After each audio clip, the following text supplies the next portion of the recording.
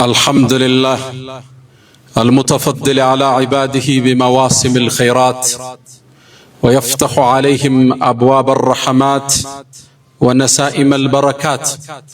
حمدا لك اللهم لما أسبغت من النعم وصرفت من النقم وأكثرت من العطاء وكشفت من الغطاء. الحمد لله تتابعت برك واتصلت خيرك وكمل عطاؤك وتمت فواضلك وعمت نوافلك وبر قسمك وتحقق وعيدك.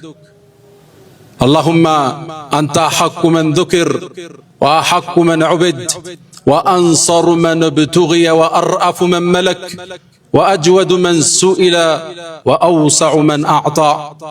أنت الملك لا شريك لك والفرد الذي لا ند لك، لن تطاع إلا بإذنك ولن تعصى إلا بعلمك، تطاع فتشكر وتعصى فتغفر. أقرب شهيد وأدنى حفيظ، حلت دون النفوس وأخذت بالنواصي وكتبت الآثار ونسخت الآجال، والقلوب لك مفضية والسر عندك علانية. الحلال ما أحللت والحرام ما حرمت والدين ما شرعت والخلق خلقك والعبيد عبيدك، وأنت الله الرؤوف الرحمن. ناداك قلبي خاشعا ولساني يا عالما بالسر والإعلان، فرج كروب المسلمين جميعهم واحفظ علينا نعمة الإيمان. يا من إذا وقف العبيد ببابه ستر القبيح وجاد بالغفران.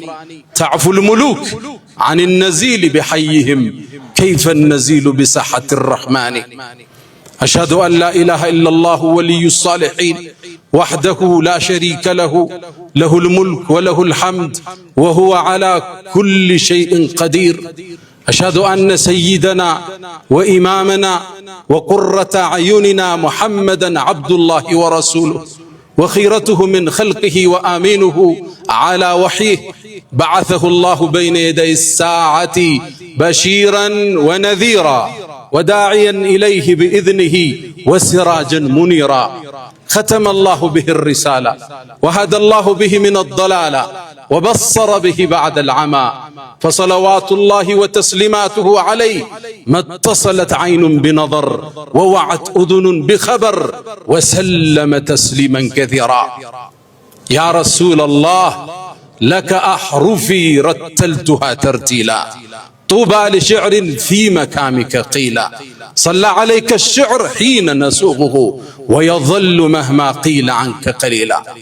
فصلوات الله وتسليماته عليه، اللهم احشرنا في زمرته وجعلنا من خالص أمته يا أكرم الأكرمين. أيها الناس عباد الله، أوصي نفسي الخاطئة وإياكم بتقوى الله. ولقد قال تعالى: ولقد وصينا الذين أوتوا الكتاب من قبلكم وإياكم أن اتقوا الله.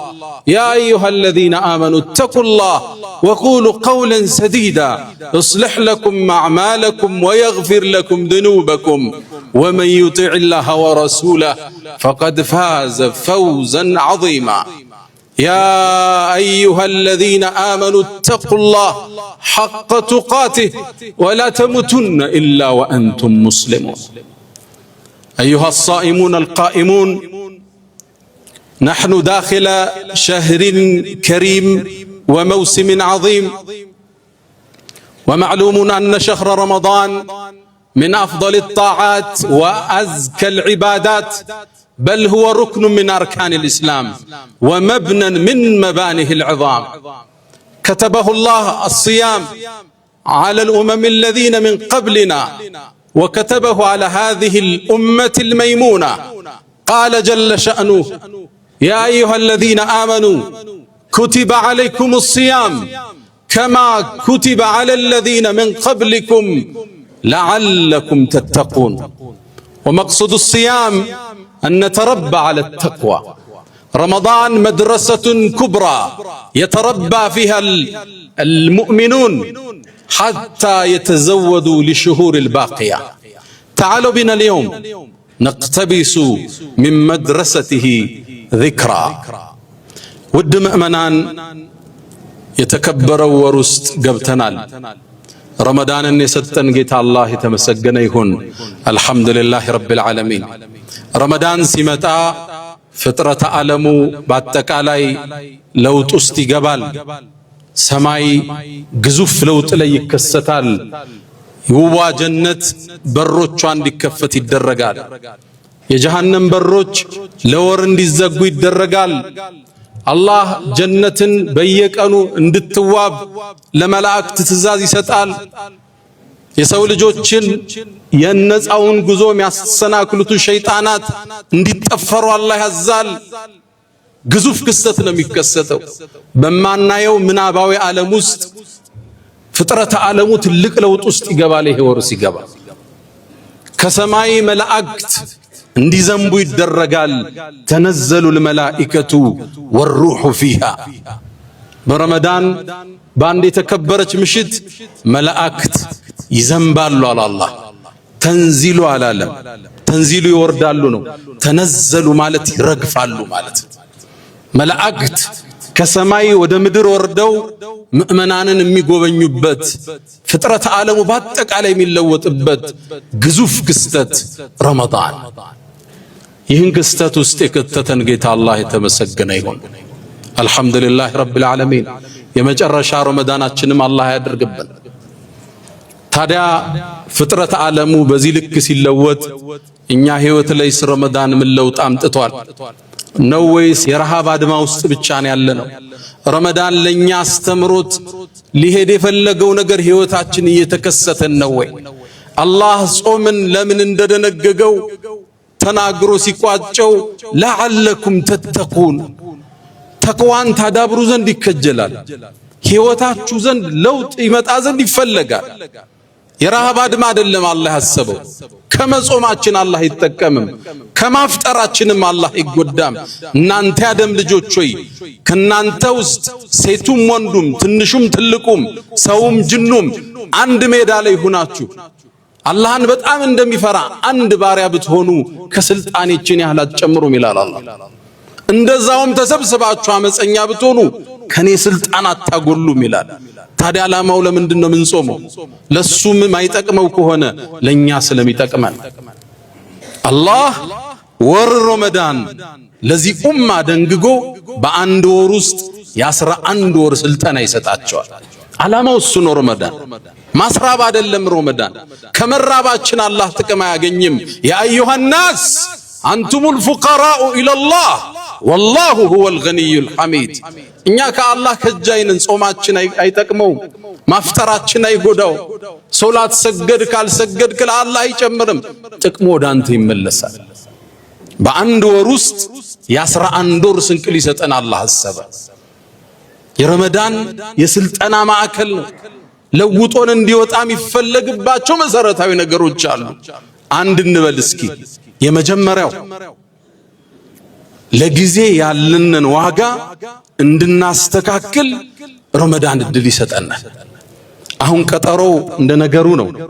ስብሰባዎች አርፍደው ይጀመራሉ። የኮሚቴ ስብሰባ፣ የድር ስብሰባ፣ የቢዝነስ ስብሰባ፣ የመድረሳ ስብሰባ፣ የትምህርት ቤት ስብሰባ ሁሉም ከጊዜ ጋር የተጣረዙ ናቸው። ሰው ቀጥሮ 1 ሰዓት ማስጠበቃውን ተራ ነገር ነው። ትንሽ ትራፊክ ጃም ይዞኝ ይልሃል፣ ቀላል ነው። ረመዳን ይመጣና ለጊዜ ለ1 ሰዓት አይደለም ለ1 ደቂቃ ዋጋ እንድትሰጥ ወር ሙሉ ይኮተኩታል። በስልጠና ሳይንስ ውስጥ በስነ ለውጥ ሳይንስ ውስጥ አንድ ሰው አንድን ነገር ለ21 ቀን ካደረገው ለውጥ ውስጥ ይገባል። ሀቢት ምን ልማድ ያደርገዋል። አላህ ግን ከ21 ቀን ሌላ 8-9 ቀን ጨመረና 29-30 አረገው። የተጓደለ ካለ እንዲሟላ አንድን ነገር ለ30 ቀን ስታደርገው ባህሪ እየሆነ ይመጣል። እሱን ነው ሊያሰለጥነ የፈለገው። ለደቂቃ ዋጋ እንድትሰጥ ያረጋል። እስኪ ልብ በሉ፣ አዛን ከማለቱ ከ5 ደቂቃ በፊት አንድ ሰው ቢያፈጥር ጾሙ ትክክል ነው? 5 ደቂቃ ዋጋ አለው ማለት ነው በእስልምና። 3 ደቂቃ ሲቀረው ብታፈጥር ጾም ተቀባይነት አለው? ችግር ውስጥ ወድቀሃል ማለት ነው። ለ3 ደቂቃ በወር ውስጥ ትርጉም እንድትሰጥ አላህ ያደርጋል። አዛን አለ እናፍጥርና አዛን ብሏል እናቁም የሚለውን ስልጠና ይሰጣል። አረ አዛን አለ መብላታችሁን አቁሙ እንላለን ሌሊት። ለ1 ደቂቃ ዋጋ አለው ማለት ነው እስልምና ውስጥ። 1 ደቂቃ ያለውን ዋጋ እስልምና ያስተምራል። ወር ውስጥ ትሰለጥናለህ፣ ለ11 ወር ታዘረዝረዋለህ። 1 ደቂቃ ልብ በሉ፣ 1 ደቂቃ ተራ ይመስለናል። ለሙከራ ብዬ እዛ ውስጥ ያለው 1 ደቂቃ ይዤ ቁል ሁወላህ አሐድን ቀራው 13 ጊዜ ቀራው። 3 ጊዜ ቁል ሁወላህ አሐድን መቅራት ቁርአንን እንደ ማክተም ነው ተብሏል።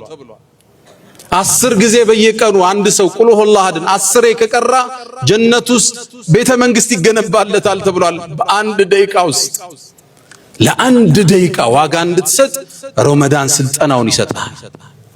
ለጊዜ ትርጉም እንድትሰጥ ጊዜ የምትጠየቅበት የህይወትህ ጸጋ እንደሆነ ወአን ዑምሪሂ ፊማ አፍና ወአን ሸባቢሂ ፊማ አብላ። የቂያም ቀን ስራ ሳይጀመር ምዘና ከምንጠየቀው 4 ጥያቄ ውስጥ እድሜ ሰጥቼ ነበር በምን አጠፋው? 5 ደቂቃ አላህ ዘንድ ሂሳብ ትቀርባለች። ላ ዩጋዲሩ ሰጊረተን ወላ ከቢረተን ኢላ አሕሳሃ። ትንሽም ትልቅም አላህ ይጠይቀናል። እዚህ ቦታ ላይ ቲክቶክ ስታይ 1 ሰዓት ምን እያረክ ነበር ጥያቄ አለ። መዝገቡ ደግሞ ከባድ ነው፣ የሚያሳልፈው ነገር የለው። አሕሳሁ ላሁ ወነሱሁ ነው የሚለው አላህ። እነሱ ረሱት እኛ መዝግበነዋል ይላል አላህ። አይረሳም። የዛሬ 40 ዓመት የሰራው ተጽፏል። ለጊዜ ዋጋ እንድትሰጥ ረመዳን መጥቶ ኩትኮታ ይሰጣል። ያኔ ቀጠሮ ታከብራለህ። አዛን ሲል ላፍጥር እንደምትለው ቀጠሮ ሰዓት ሲደርስ ልሂድ ማለት ትጀምራለህ። አንደኛው ስልጠና እሱ። ሁለተኛው ካለን አጭር ጊዜ አንፃር ረመዳን ይመጣና ትዕግስትን አስተምሮን ያልፋል። ትዕግስት የሌለው ሰው ጥፋት ውስጥ ለመግባት የቀረበ። አንዳንዱ ሰው ዚና የሚሰራው በሐላል እስኪያገባ መታገስ ባለመቻሉ ሶብር የሚባለው መሰረታዊ የህይወት ስንቅ ይጎለዋል። ብዙዎቻችን በሐላል ነግደን ማደግ አልሳካልን ሲል ሶብር እናጣና አቋራጭ መንገድ እንፈልጋለን። በማጭበርበር፣ በመስረቅ፣ የሰው ሀብት በመያዝ ቼክ ይዘህ በመጥፋት ለመክበር ትጥራለህ። አቋራጭ መንገድ ፎርጅድ ፌክ ነገር በመጠቀም ቶሎ ለመበልጸግ ሶብር የሚባለው መሰረታዊ ነገር ይጎለናል። ረመዳን ይመጣና ሶብርን ያስተምራል። እንዴት ያስተምረናል? ቀን ጾመሃል፣ እርቦሃል፣ ፀሐዩን በርትቷል፣ ጉሮሮ ደርቋል፣ ከፊት ለፊትህ ቀዝቃዛ ውሃ አይተሃል። ለምን አትጠጣው? ጾመኛ ነህ። እስክታፈጥር መግሪብ አዛን እስኪል መጠበቅ ይጠበቅብሃል። ሳታቀው 1 ወር ሙሉ አላህ ይኮተኩታል በትዕግስት ከዓላማ እስክትደርስ የጎልህ ጥግ እስክትደርስ የስኬት ጫፍ እስክትደርስ ታገስ ማለት ነው። ለምን ይመስላችኋል ብዙዎቻችን መጽሐፍ ጀምረን ማንጨርሰው? ሶብር አጠን ነው። የመጨረስ አቅም የመጨረስ ትዕግስት ረመዳን ውስጥ ይከተዋል ሳታቀው። ከዓላማ ጥግ እስክትደርስ መሶበር አለብህ። ዙህር ላይ እርቦሃል፣ አሱር ላይ ጉሮሮ ደርቋል፣ መግሪብ ግን አልደረሰም። መግሪብ ድረስ ትታገሳል። ለዛ ነው ረመዳን ከማ ذكر عند ابن ماجه ላይ በተዘገበው ጾም ማለት ንስፉ ሶብር ተብሏል። የትዕግስት ግማሹ ጾም። إنما يوفى الصابرون أجرهم بغير حساب የተባለውን አንቀጽ ሙፈሲሮቹ እነዛ ታጋሾችን ምንዳቸውን ያለ ገደብ ነው የምንሰጣቸው ይላል አላህ። እነዚህ አሉ ሙፈሲሮቹ الصائمون هم الصابرون ጾመኞች ናቸው ታጋሾች ማለት። ጾም ትዕግስት ማስተማሪያ ማዕከል። እርቦሃል ታገስ ነው እንዳትበላ። ስለዚህ እስክታገባ ዚና እንዳትወድቅ ማለት ነው። ሀብት እስክትይዝ አታጭበርበር ማለት ነው። መጽሐፍ ጀምረህ ቋጨው ማለት ነው። ከግብህ እስክትደርስ ታገስ ማለት ነው። ረመዳን ሶብር ወደ ህይወትህ ገባ ማለት ህይወትህ የተባረከ ነው። ለዛ ነው ሰይድና ዑመር ምን ይላሉ? ወጀድና ኸይረ ዐይሽና ብሶብር ይላሉ። እኛ እኮ የህይወታችንን ጣፋጩን ክፍል በሶብር አገኘ ነው ይላል።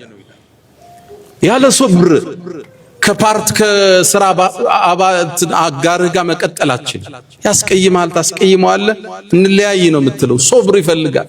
ትዳር ውስጥ ሶብር ይፈልጋል። ታጠፋለች፣ ታጠፋለህ። ልጆች አሉ፣ ትዕግስት ይፈልጋል። ስራ ትዕግስት ይፈልጋል። ዓላማ መቋጨት ትዕግስት ይፈልጋል። ሶብርን የተሰጠው ሰው ይላሉ ነብዩ አለይሂ ሰላቱ ሰላም ትልቅ ነገር ተሰጠው ይላሉ። ይዞ ዋጥ ይዞ ውስጡ የሚያከስም ሰው ሰምቶ እንዳልሰማም ያልፍ ጥግ እስኪደርስ የሚታገስ ትልቅ ስጦታ አላህ ሰጥቶታል ማለት ነው። ረመዳን ይመጣና ሶብርን ይሰጣል። የህይወትን ትልቁን ቅመም ትዳርህ የሚቀጥልበት፣ ስራህ የሚቀጥልበት፣ ጓደኝነት የሚቀጥልበት ሶብር ሲኖር ብቻ ነው። ሶብር ከሌለ ይቋረጣል። ሶብር ከሌለ ይሰበራል። ረመዳን ሁለተኛው ስልጠና እኔ እናንተን ታጋሽ ማድረግ ነው።